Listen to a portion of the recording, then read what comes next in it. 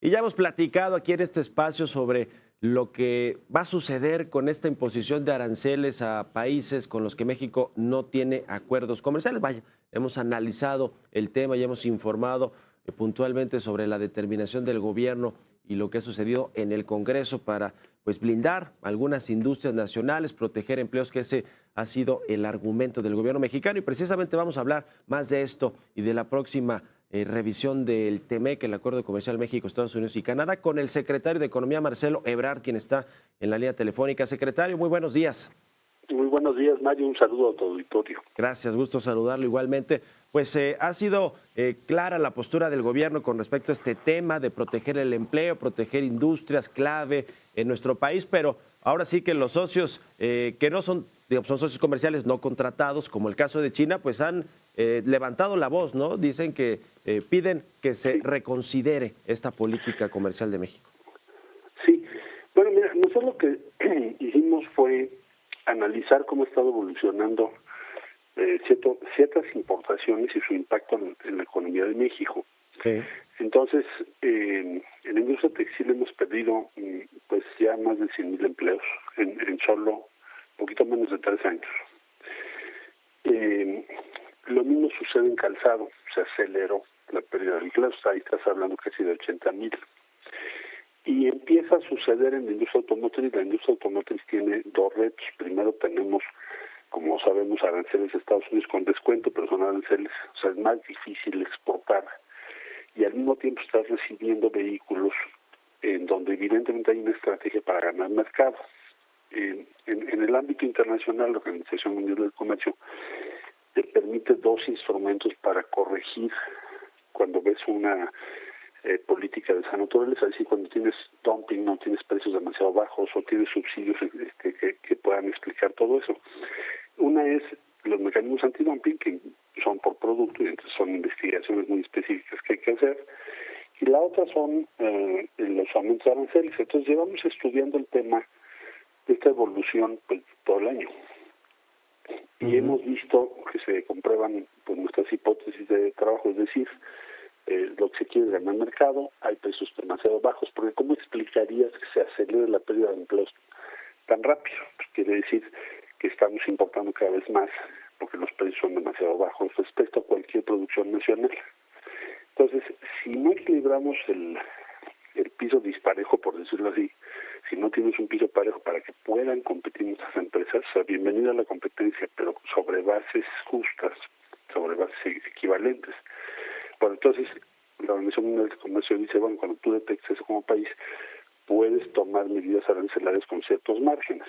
El tope, por ejemplo, para vehículos automotores es 50% y así sucesivamente, para diferentes productos. Otra industria mexicana que está en asedio pues es el acero. Tienes una sobreproducción en Asia del orden del 60% de lo que requiere pues, toda su economía.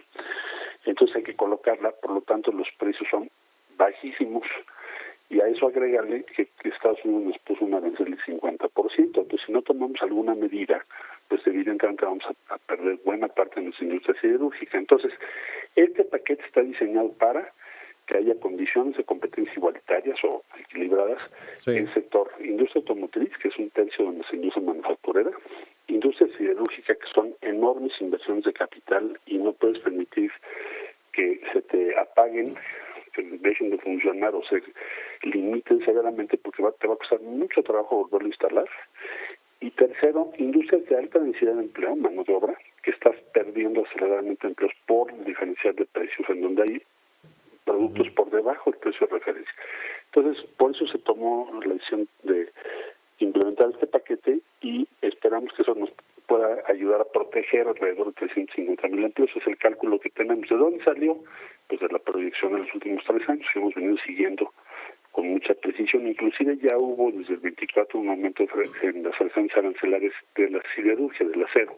Sí. Pero ahora vamos a tener que complementarlo. Entonces, esa es la explicación principal de esas medidas. El efecto en México, además, digamos, de la protección de empleos y de estas industrias, en términos de inflación, ¿no va a tener algún efecto en los productos finales para México? Porque hay críticas y análisis al respecto también. Sí, bueno, mira, hicimos un cálculo muy cuidadoso junto con la Secretaría de Hacienda tratando de excluir sobre todo bienes intermedios que no puede sustituir o reemplazar. Aquí lo que estamos buscando es proteger algo que ya produces. No tiene por qué tener un efecto de incremento de precio en el corto plazo, porque la medida es para equilibrar la competencia, no es para que tenga una ventaja indebida en nuestra industria. O sea, si nosotros dijéramos, vamos a subir el 50% a todas estas fracciones, porque en México se produce, pues le estaría dando una ventaja a nuestros productores nacionales para subir su precio. Pues no es el objetivo estratégico. El objetivo estratégico te vas a encontrar muchos aumentos de 10%, por ejemplo.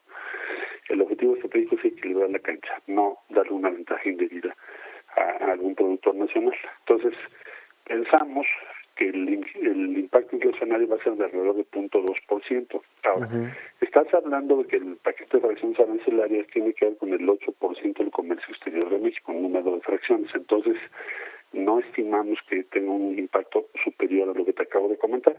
Eso es lo que se estudió junto con con el área técnica de la Secretaría de Hacienda. Esta medida, además de proteger la industria nacional, va enfocada en reducir ese déficit comercial con China, que es bastante grande, ¿no?, con respecto a México. ¿Cuál es la perspectiva, secretario?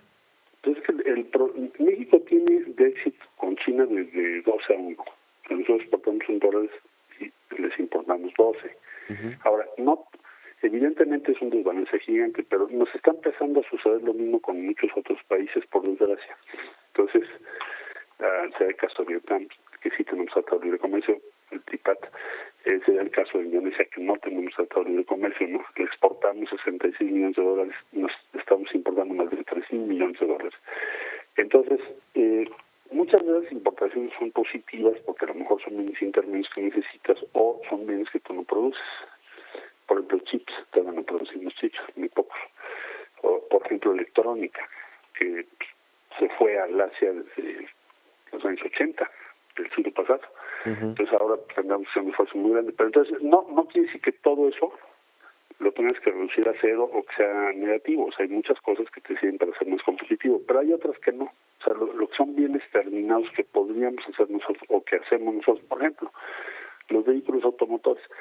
Importar vehículos automotores donde no hacemos nada aquí en México y además a precios por debajo del precio de referencia, pues evidentemente va a terminar con muchísimos empleos en nuestra industria manufacturera. Nos tomó 40 años construir ese complejo industrial.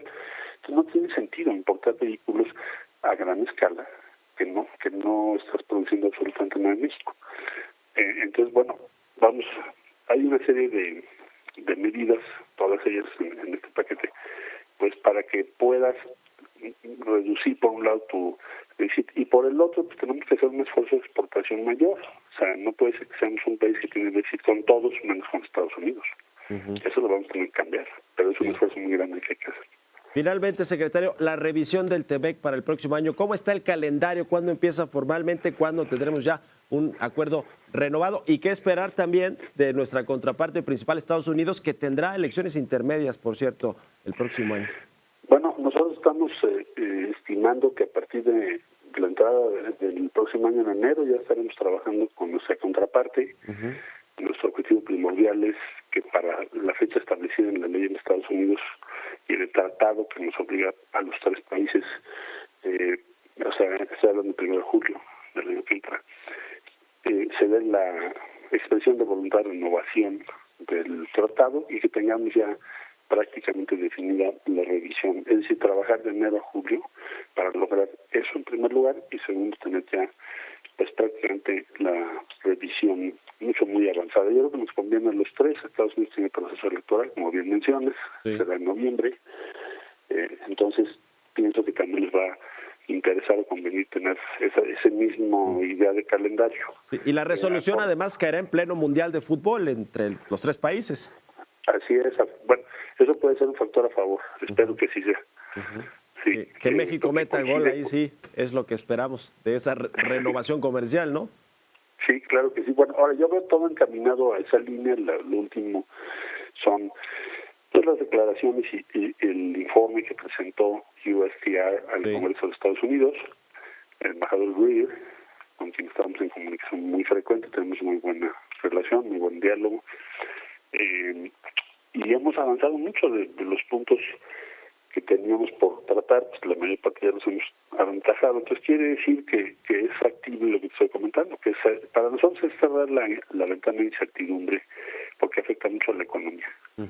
Si nos reduce la inversión y nos complica la vida, ¿no? Entonces esa ventana de incertidumbre, bueno, ¿qué va a pasar con el tratado? Queremos que se cierre sin duda en el primer semestre del próximo año, coincidiendo con el Mundial, como tú bien dices. Sí, bueno, pues estaremos al pendiente de todas estas mesas de trabajo y de negociaciones. Gracias, secretario, por platicar con nosotros y buenos días. Gracias a ti, muy buen día, Mario. Gusto saludarte. Hasta pronto, es el secretario de Economía del Gobierno Federal, Marcelo Ebrard.